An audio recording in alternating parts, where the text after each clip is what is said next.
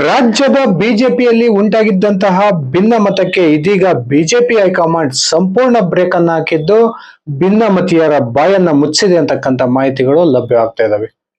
ಇದೇ ಸೆಪ್ಟೆಂಬರ್ 17ರಿಂದ ಕೂಡಲ ಸಂಗಮದಿಂದ ಬಳ್ಳಾರಿಯವರೆಗೆ ಪಾದಯಾತ್ರೆಯನ್ನ ಮಾಡ್ತೀವಿ ಅಂತಕ್ಕಂಥ ಘೋಷಣೆಯನ್ನ ಮಾಡಿದ್ದಂತಹ ಬಿಜೆಪಿಯ ಭಿನ್ನಮತೀಯ ನಾಯಕರಿಗೆ ಇದೀಗ ಈ ಒಂದು ಭಿನ್ನಮತೀಯ ನಾಯಕರ ಪಾದಯಾತ್ರೆಗೆ ಸಂಪೂರ್ಣ ಬ್ರೇಕ್ ಅನ್ನ ಬಿಜೆಪಿ ಹೈಕಮಾಂಡ್ ಹಾಕಿದ್ದು ಬಿಜೆಪಿಯ ಭಿನ್ನಮತೀಯ ನಾಯಕರು ಇದೀಗ ಫುಲ್ ಗಪ್ಚುಪ್ ಆಗಿದ್ದಾರೆ ಅಂತಕ್ಕಂಥ ಮಾಹಿತಿಗಳು ಕೂಡ ಲಭ್ಯವಾಗ್ತಿದಾವೆ. ಬನ್ನಿ ಸ್ನೇಹಿತರೆ, ನಿಜಕ್ಕೂ ಕೂಡ ಬಿಜೆಪಿಯ ಭಿನ್ನಮತವನ್ನ ಬಗೆಹರಿಸೋದ್ರಲ್ಲಿ ಬಿಜೆಪಿ ಹೈಕಮಾಂಡ್ ಕೈಗೊಂಡಿರ್ತಕ್ಕಂಥ ಖಡಕ್ ಸಂದೇಶ ನಿರ್ಧಾರ ಏನು, ನಿಜಕ್ಕೂ ಬಿಜೆಪಿಯ ಭಿನ್ನಮತೀಯ ನಾಯಕರು ಸೈಲೆಂಟ್ ಆಗಿದ್ದಾದ್ರು ಯಾಕೆ ತಿಳ್ಕೊಂಡ್ ಬರೋಣ. ಅದಕ್ಕಿಂತ ಮುಂಚೆ ನೀವು ನನ್ನ ಇಟ್ಕೆ ಹೇಮಂತ್ ಯೂಟ್ಯೂಬ್ ಚಾನಲ್ಗೆ ಸಬ್ಸ್ಕ್ರೈಬ್ ಆಗಿಲ್ಲ ಅಂದ್ರೆ ದಯವಿಟ್ಟು ಸಬ್ಸ್ಕ್ರೈಬ್ ಮಾಡ್ಕೊಂಡು ಬೆಲ್ ಬಟನ್ ಅನ್ನ ಕ್ಲಿಕ್ ಮಾಡಿ. ನಾನು ಕೊಡ್ತಕ್ಕಂಥ ಮಾಹಿತಿ ನಿಮ್ಗೆ ಇಷ್ಟ ಆಗಿದ್ರೆ ಈ ವಿಡಿಯೋಗೆ ಲೈಕ್ ಮಾಡಿ, ಶೇರ್ ಮಾಡಿ, ಕಮೆಂಟ್ ಮಾಡಿ.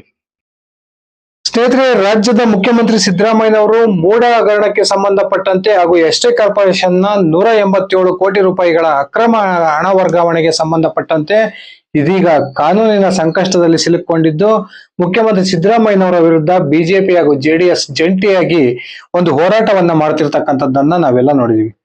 ಇದೇ ಸಂದರ್ಭದಲ್ಲಿ ಬಿಜೆಪಿಯ ಕೆಲ ಭಿನ್ನಮತೀಯ ನಾಯಕರು ಮುಖ್ಯಮಂತ್ರಿ ಸಿದ್ದರಾಮಯ್ಯನವರ ವಿರುದ್ಧ ಬ್ಯಾಟಿಂಗ್ ಅನ್ನ ಮಾಡೋದ್ರ ಮೂಲಕ ಬಿಜೆಪಿ ರಾಷ್ಟ್ರೀಯ ಹಾಗೂ ರಾಜ್ಯ ನಾಯಕತ್ವಕ್ಕೆ ಒಂದು ರೀತಿಯ ಮುಜುಗರವನ್ನ ತಂದಿದ್ರು. ಅದಷ್ಟೇ ಅಲ್ಲದೆ ಮೂಡ ಹಗರಣಕ್ಕೆ ಸಂಬಂಧಪಟ್ಟಂತೆ ಮುಖ್ಯಮಂತ್ರಿ ಸಿದ್ದರಾಮಯ್ಯನವರ ರಾಜೀನಾಮೆಗೆ ಆಗ್ರಹಿಸಿ ಬೆಂಗಳೂರಿನಿಂದ ಮೈಸೂರುವರೆಗೂ ಕೂಡ ಮೈತ್ರಿ ಪಕ್ಷಗಳು ಪಾದಯಾತ್ರೆಯನ್ನ ಮಾಡಿದ್ದಂತಹ ಸಂದರ್ಭದಲ್ಲಿ ಈ ಒಂದು ಪಾದಯಾತ್ರೆಗೆ ಪರ್ಯಾಯವಾಗಿ ನಾವು ಕೂಡ ಕೂಡಲ ಸಂಗಮದಿಂದ ಬಳ್ಳಾರಿಯವರೆಗೆ ಏನು ಎಸ್ಟಿ ಕಾರ್ಪೊರೇಷನ್ ಹಗರಣಕ್ಕೆ ಸಂಬಂಧಪಟ್ಟಂತೆ ಪಾದಯಾತ್ರೆಯನ್ನ ಮಾಡ್ತೀವಿ ಅಂತಕ್ಕಂಥ ಘೋಷಣೆಯನ್ನು ಕೂಡ ಬಿಜೆಪಿಯ ಭಿನ್ನಮತೀಯ ನಾಯಕರು ಮಾಡಿದ್ದು, ಆ ಒಂದು ಪಾದಯಾತ್ರೆಗೆ ಸಂಬಂಧಪಟ್ಟಂತೆ 2-3 ಸುತ್ತಿನ ಒಂದು ಮೀಟಿಂಗ್ ಗಳನ್ನ ಮಾಡಿದ್ದು ಸಹ ನಾವೆಲ್ಲ ನೋಡಿದ್ವಿ. ಯಾವಾಗ ಭಿನ್ನಮತೀಯ ಒಂದು ತಂಡದ ಬಲ ದಿನದಿಂದ ದಿನಕ್ಕೆ ಹೆಚ್ಚಾಗ್ತಾ ಹೋಯ್ತೋ ಆ ಒಂದು ಸಂದರ್ಭದಲ್ಲಿ ರಾಜ್ಯ ಬಿಜೆಪಿ ನಾಯಕರು ರಾಷ್ಟ್ರೀಯ ಬಿಜೆಪಿ ನಾಯಕರಿಗೆ ಈ ಒಂದು ಭಿನ್ನಮತೀಯ ತಂಡದ ವಿರುದ್ಧ ಒಂದು ದೂರನ್ನ ಸಲ್ಲಿಸಿದ್ರು. ಈ ಭಿನ್ನಮತೀಯ ನಾಯಕರನ್ನ ದೆಹಲಿಗೆ ಬರುವಂತೆ ಬಿಜೆಪಿ ಹೈಕಮಾಂಡ್ ನಾಯಕರು ಯಾವಾಗ ಬುಲಾವನ್ನ ಕೊಟ್ರೋ ಆ ಬುಲಾವ್ ಕೊಟ್ಟಾದ ನಂತರ ಇದೀಗ ಬಂಡಾಯವೆದ್ದಿದ್ದಂತಹ ಭಿನ್ನಮತೀಯ ನಾಯಕರು, ಅದರಲ್ಲೂ ಕೂಡ ಅತ್ಯಂತ ಮುಖ್ಯವಾಗಿ ಬಸನಗೌಡ ಪಾಟೀಲ್ ಯತ್ನಾಳ್, ರಮೇಶ್ ಜಾರಕಿಹೊಳಿ ಹಾಗೂ ಪ್ರತಾಪ್ ಸಿಂಹ ಅವರು ಸಂಪೂರ್ಣ ಸೈಲೆಂಟ್ ಆಗಿದ್ದು ಈಗ 3-4 ದಿನಗಳಿಂದ ಈಚೆ ಮಾಧ್ಯಮಗಳಿಗೆ ಯಾವುದೇ ಒಂದು ಪ್ರತಿಕ್ರಿಯೆಯನ್ನ ನೀಡದೇ ಇರತಕ್ಕಂಥದ್ದು ಅತ್ಯಂತ ಅಚ್ಚರಿಗೆ ಕಾರಣವಾಗಿದೆ. ರಾಜ್ಯದ ಬಿಜೆಪಿಯ ರಾಜ್ಯಾಧ್ಯಕ್ಷರಾಗಿರ್ತಕ್ಕಂಥ BY ವಿಜೇಂದ್ರ ಅವರ ವಿರುದ್ಧ ತೀವ್ರ ವಾಗ್ದಾಳಿಯನ್ನ ನಡೆಸುತ್ತಿದ್ದಂತಹ ರಮೇಶ್ ಜಾರಕಿಹೊಳಿ ಹಾಗೂ ಬಸನಗೌಡ ಪಾಟೀಲ್ ಯತ್ನಾಳ್ ಅವರಿಗೆ ಬಿಜೆಪಿಯ ರಾಷ್ಟ್ರೀಯ ನಾಯಕರು ಖಡಕ್ ಸೂಚನೆಯನ್ನ ರವಾನಿಸಿದ್ದು, ನೀವು ಯಾವುದೇ ಕಾರಣಕ್ಕೂ ರಾಜ್ಯ ಬಿಜೆಪಿಯ ನಾಯಕತ್ವದ ವಿರುದ್ಧ ಧ್ವನಿಯನ್ನ ಎತ್ತೋಂಗಿಲ್ಲ, ಮಾಧ್ಯಮಗಳಿಗೆ ಯಾವುದೇ ರೀತಿಯ ಒಂದು ಪ್ರತಿಕ್ರಿಯೆಯನ್ನ ನೀಡೋಂಗಿಲ್ಲ, ಈ ರೀತಿ ನೀವು ವರ್ತನೆಯನ್ನ ಮುಂದುವರಿಸಿದ್ದೆ ಆದ್ರೆ ನಿಮ್ಮ ವಿರುದ್ಧ ನಾವು ಶಿಸ್ತು ಕ್ರಮವನ್ನ ತೆಗೆದುಕೊಳ್ತೀವಿ ಅಂತಕ್ಕಂಥ ಒಂದು ಖಡಕ್ ಸಂದೇಶವನ್ನ ರವಾನಿಸಿದ್ರು. ಅದಷ್ಟೇ ಅಲ್ಲದೆ ಇದೇ 21ರಂದು ಬೆಂಗಳೂರಿನಲ್ಲಿ ನಡೆಯಬೇಕಾಗಿದ್ದಂತಹ ಭಿನ್ನಮತೀಯರ ಸಭೆಯನ್ನು ಕೂಡ ನಡೆಸೋದಿಕ್ಕೆ ಬಿಜೆಪಿ ಹೈಕಮಾಂಡ್ ಸಂಪೂರ್ಣ ಬ್ರೇಕ್ ಅನ್ನ ಹಾಕಿದ್ದು ಇದೀಗ ತಾತ್ಕಾಲಿಕವಾಗಿ ಆ ಸಭೆಯನ್ನ ಭಿನ್ನಮತೀಯ ನಾಯಕರು ಮುಂದಕ್ಕೆ ಹಾಕಿರ್ತಕ್ಕಂಥದ್ದು ರಾಜ್ಯ ಬಿಜೆಪಿಯಲ್ಲಿ ಉಂಟಾಗಿದ್ದಂತಹ ಭಿನ್ನಮತಕ್ಕೆ ಬಹುತೇಕ ರಾಷ್ಟ್ರೀಯ ಬಿಜೆಪಿ ನಾಯಕರು ಬ್ರೇಕ್ ಹಾಕಿದಾರ ಅಂತಕ್ಕಂಥ ಒಂದು ಚರ್ಚೆಗಳು ಇದೀಗ ರಾಜ್ಯದಲ್ಲಿ ನಡೀತಾ ಇದಾವೆ.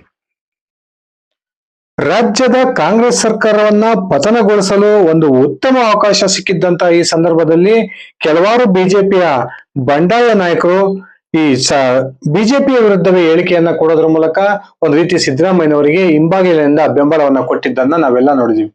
ಅದರಲ್ಲೂ ಕೂಡ ಬಸನಗೌಡ ಪಾಟೀಲ್ ಯತ್ನಾಳ್ ಪದೇ ಪದೇ BS ಯಡಿಯೂರಪ್ಪ ಮತ್ತು ಅವರ ಪುತ್ರ BY ವಿಜೇಂದ್ರ ಅವರ ವಿರುದ್ಧ ಬಹಿರಂಗವಾಗಿ ವಾಗ್ದಾಳಿಯನ್ನ ನಡೆಸ್ತಾ ಇದ್ದಂಥದ್ದು ಕಾಂಗ್ರೆಸ್ಗೆ ಬಹುದೊಡ್ಡ ಒಂದು ಆನೆ ಬಲವನ್ನ ತಂದುಕೊಟ್ಟಿತ್ತು. ಅದಷ್ಟೇ ಅಲ್ಲದೆ ಸಿದ್ದರಾಮಯ್ಯನವರ ರಾಜೀನಾಮೆಗೆ ಏನು ಮೈತ್ರಿ ಪಕ್ಷಗಳು ಆಗ್ರಹಿಸಿದ್ವು, ಈ ಸಿದ್ದರಾಮಯ್ಯನವರ ರಾಜೀನಾಮೆಯನ್ನ ಕೇಳೋದಕ್ಕಿಂತ ಮುಂಚೆನೆ BS ಯಡಿಯೂರಪ್ಪನವರ ಮೇಲೆ ಅನೇಕ ಹಗರಣಗಳ ಆರೋಪ ಇದಾವೆ. ಆ ಕಾರಣಕ್ಕೆ ಸಿದ್ದರಾಮಯ್ಯನವರಿಗಿಂತ ಮುಂಚೆ ಯಡಿಯೂರಪ್ಪನವರು ಜೈಲಿಗೆ ಹೋಗ್ಬೇಕು ಅಂತಕ್ಕಂತ ಒಂದು ಹೇಳಿಕೆಯನ್ನು ಕೂಡ ಬಸನಗೌಡ ಪಾಟೀಲ್ ಈ ಹಿಂದೆ ಕೊಟ್ಟಿದ್ದನ್ನ ನಾವೆಲ್ಲ ನೋಡಿದ್ವಿ. ಇಷ್ಟೆಲ್ಲಾ ಬೆಳವಣಿಗೆ ಆಗ್ತಾ ಇರ್ತಕ್ಕಂಥ ಈ ಸಂದರ್ಭದಲ್ಲಿ ರಾಷ್ಟ್ರೀಯ ಬಿಜೆಪಿ ನಾಯಕರು ರಾಜ್ಯ ಬಿಜೆಪಿಯಲ್ಲಿ ಉಂಟಾಗ್ತಿರ್ತಕ್ಕಂಥ ಈ ಒಂದು ರೀತಿಯ ಭಿನ್ನಮತದ ಮುಜುಗರವನ್ನ ತಪ್ಪಿಸಿಕೊಳ್ಳೋ ಕಾರಣಕ್ಕೆ ಬಿಜೆಪಿಯ ಭಿನ್ನಮತೀಯ ನಾಯಕರನ್ನ ದೆಹಲಿಗೆ ಬರುವಂತೆ ಬುಲಾವನ್ನ ಕೊಟ್ಟಿದ್ರು. ಯಾವಾಗ ದೆಹಲಿಯ ಒಂದು ಹೈಕಮಾಂಡ್ ನಾಯಕರು ಬಿಜೆಪಿಯ ಈ ಭಿನ್ನಮತೀಯ ನಾಯಕರಿಗೆ ದೆಹಲಿಗೆ ಬರುವಂತೆ ಆಹ್ವಾನವನ್ನ ಕೊಟ್ಟರು, ಅದಕ್ಕಿಂತ ಮುಂಚೆನೆ ದೂರವಾಣಿಯ ಮೂಲಕ ರಮೇಶ್ ಜಾರಕಿಹೊಳಿ ಹಾಗೂ ಬಸವನಗೌಡ ಪಾಟೀಲ್ ಯತ್ನಾಳ್ ಮತ್ತು ಪ್ರತಾಪ್ ಸಿಂಹ ಅವರಿಗೆ ರಾಷ್ಟ್ರೀಯ ಬಿಜೆಪಿ ನಾಯಕರು ಒಂದು ರೀತಿಯ ಕ್ಲಾಸ್ ಅನ್ನು ತೆಗೆದುಕೊಂಡಿದ್ದಾರೆ ಅಂತಕ್ಕಂಥ ಮಾತುಗಳು ಕೂಡ ಕೇಳಿ ಬರ್ತಾ ಇದಾವೆ. ಬಿಜೆಪಿ ನಾಯಕರು ಖಡಕ್ ಸೂಚನೆಯನ್ನ ಈ ಭಿನ್ನಮತೀಯ ನಾಯಕರಿಗೆ ಕೊಟ್ಟಿದ್ದು, ಯಾವುದೇ ಕಾರಣಕ್ಕೂ ಕೂಡ ಪಕ್ಷಕ್ಕೆ ಮುಜುಗರ ತರ್ತಕ್ಕಂಥ ಹೇಳಿಕೆಯನ್ನ ಮಾಧ್ಯಮಗಳ ಮುಂದೆ ಆಗ್ಲಿ ಸಾರ್ವಜನಿಕವಾಗ್ಲಿ ನೀವು ಮಾತಾಡಂಗಿಲ್ಲ. ನೀವು ಈ ರೀತಿಯ ವರ್ತನೆಯನ್ನ ಮುಂದುವರಿಸಿದ್ರೆ ಯಾವುದೇ ಕಾರಣಕ್ಕೂ ಕೂಡ ನಾವು ಈ ಬಾರಿ ಸಹಿಸೋದಿಲ್ಲ, ನಿಮ್ಮ ವಿರುದ್ಧ ಸೂಕ್ತ ಕ್ರಮವನ್ನ ತೆಗೆದುಕೊಳ್ತೀವಿ ಅಂತಕ್ಕಂಥ ಒಂದು ಖಡಕ್ ಸೂಚನೆಯನ್ನ ಕೊಟ್ಟಿದ್ರು. ಅದಾಗಿ 2-3 ದಿನಗಳಾಗಿರ್ತಕ್ಕಂಥ ಈ ಸಂದರ್ಭದಲ್ಲಿ ಈ ಬಿಜೆಪಿಯಲ್ಲಿ ಭಿನ್ನಮತ ಉಂಟು ಮಾಡ್ತಿದ್ದಂತಹ ರಮೇಶ್ ಜಾರಕಿಹೊಳಿ ಆಗ್ಲಿ ಈ ಬಸವನಗೌಡ ಪಾಟೀಲ್ ಯತ್ನಾಳ್ ಅವರಾಗ್ಲಿ ಒಂದೇ ಒಂದು ಹೇಳಿಕೆಯನ್ನ ಮಾಧ್ಯಮಗಳ ಮುಂದೆ ಕೊಡದೇ ಇರತಕ್ಕಂಥದ್ದು ಅತ್ಯಂತ ಅಚ್ಚರಿಗೆ ಕಾರಣವಾಗಿದೆ. ಈ ಬಸವನಗೌಡ ಪಾಟೀಲ್ ಯತ್ನಾಳ್ ಅವರ ಬಂಡಾಯದ ವಿರುದ್ಧ RSS ಕೂಡ ಈ ವಿಚಾರಕ್ಕೆ ಎಂಟ್ರಿ ಆಗಿದ್ದು, ಬಸವನಗೌಡ ಪಾಟೀಲ್ ಯತ್ನಾಳ್ ಅವರ ವಿರುದ್ಧ ಸೂಕ್ತ ಕ್ರಮವನ್ನ ತೆಗೆದುಕೊಳ್ಬೇಕು ಅಂತಕ್ಕಂತ ಒಂದು ಸಲಹೆಯನ್ನ ಬಿಜೆಪಿಯ ರಾಷ್ಟ್ರೀಯ ನಾಯಕರಿಗೆ ಕೊಟ್ಟಿತ್ತು. ಒಂದು ವೇಳೆ ಬಸವನಗೌಡ ಪಾಟೀಲ್ ಯತ್ನಾಳ್ ಅವರು ಇದೇ ರೀತಿಯ ವರ್ತನೆಯನ್ನ ಮುಂದುವರಿಸಿದ್ರೆ ಅವರನ್ನ ಶೀಘ್ರದಲ್ಲಿಯೇ ಬಿಜೆಪಿ ಹೈಕಮಾಂಡ್ ನಾಯಕರು ಪಕ್ಷದಿಂದ ಉಚ್ಚಾಟನೆ ಮಾಡಬೇಕು ಅಂತಕ್ಕಂಥ ತೀರ್ಮಾನಕ್ಕೆ ಬಂದಿದ್ದಾರೆ ಅಂತಕ್ಕಂಥ ಮಾತುಗಳು ಕೂಡ ಕೇಳಿ ಬರ್ತಾ ಇದ್ದಾವೆ. ಈ ಭಿನ್ನಮತೀಯ ನಾಯಕರು ನಡೆಸಲು ಉದ್ದೇಶಿಸಿದ್ದಂತಹ ಸೆಪ್ಟೆಂಬರ್ 17ರಿಂದ ಏನು ಕೂಡಲ ಸಂಗಮದಿಂದ ಬಳ್ಳಾರಿಯವರೆಗೆ ನಾವು ಪಾದಯಾತ್ರೆಯನ್ನ ಮಾಡ್ತೀವಿ, ಈ ಪಾದಯಾತ್ರೆಗೆ ನಮಗೆ ಬಿಜೆಪಿ ಅನೇಕ ಹಿರಿಯ ನಾಯಕರು ನಮಗೆ ಬೆಂಬಲವನ್ನ ಕೊಡ್ತಾರೆ ಅಂತಕ್ಕಂಥ ಮಾತುಗಳನ್ನ ಹೇಳ್ತಾ ಇದ್ರು. ಇದೀಗ ಬಹುತೇಕ ಆ ಪಾದಯಾತ್ರೆಗೂ ಕೂಡ ಬಿಜೆಪಿ ಹೈಕಮಾಂಡ್ ಬ್ರೇಕ್ ಅನ್ನ ಹಾಕಿದೆ ಅಂತಕ್ಕಂಥ ಮಾತುಗಳು ಕೂಡ ಕೇಳಿ ಬರ್ತಾ ಇದಾವೆ. ಇದೇ ಸಂದರ್ಭದಲ್ಲಿ ಮತ್ತೆ ಪದೇ ಪದೇ ವಿಜಯೇಂದ್ರ ಅವರ ವಿರುದ್ಧ ಹಾಗೂ BS ಯಡಿಯೂರಪ್ಪನವರ ವಿರುದ್ಧ ಪಕ್ಷಕ್ಕೆ ಮುಜುಗರ ತರ್ತಕ್ಕಂಥ ಹೇಳಿಕೆಯನ್ನ ಬಸವನಗೌಡ ಪಾಟೀಲ್ ಯತ್ನಾಳ್ ಕೊಟ್ಟಿದ್ದೆ ಆದ್ರೆ ಅವರ ಮೇಲೆ ಸೂಕ್ತ ಕ್ರಮವನ್ನ ತೆಗೆದುಕೊಳ್ಳುವಂತ ತೀರ್ಮಾನಕ್ಕೆ ಬಿಜೆಪಿಯ ರಾಷ್ಟ್ರೀಯ ನಾಯಕರು ಬಂದಿದ್ದಾರೆ ಅಂತಕ್ಕಂಥ ಒಂದು ಸೂಚನೆಗಳು ಕೂಡ ಸಿಗ್ತಾ ಇದಾವೆ. ಆ ಕಾರಣಕ್ಕೆ ಫೈನಲ್ ಆಗಿ ಬಸವನಗೌಡ ಪಾಟೀಲ್ ಯತ್ನಾಳ್ ಅವರಿಗೆ ಬಿಜೆಪಿಯ ರಾಷ್ಟ್ರೀಯ ನಾಯಕರಾಗಿರ್ತಕ್ಕಂಥ ಅಮಿತ್ ಶಾ ಅವರು ದೂರವಾಣಿ ಕರೆಯನ್ನ ಮಾಡೋದ್ರ ಮೂಲಕ ಸೂಕ್ತ ಎಚ್ಚರಿಕೆಯನ್ನ ಕೊಟ್ಟಿದ್ದು, ಇನ್ನು ಮುಂದೆ ನೀವು ಮಾಧ್ಯಮಗಳಿಗೆ ಯಾವುದೇ ಕಾರಣಕ್ಕೂ ಪ್ರತಿಕ್ರಿಯೆಯನ್ನ ಕೊಡೋಂಗಿಲ್ಲ ಅಂತಕ್ಕಂಥ ಒಂದು ಖಡಕ್ ಸೂಚನೆಯನ್ನು ಕೂಡ ರವಾನಿಸಿದ್ದಾರೆ. ಈ ಕಾರಣಕ್ಕೆ ಬಹುತೇಕ ಬಿಜೆಪಿಯ ಭಿನ್ನಮತ ತಣ್ಣಗಾದಂತೆ ಕಂಡು ಬರ್ತಾ ಇದ್ದು, ಮುಂದಿನ ದಿನಗಳಲ್ಲಿ ಇದು ಯಾವ ಸ್ವರೂಪವನ್ನ ಪಡೆದುಕೊಳ್ಳುತ್ತೆ ಅಂತಕ್ಕಂಥದ್ದು ತೀವ್ರ ಕುತೂಹಲಕ್ಕೆ ಕಾರಣವಾಗಿದೆ.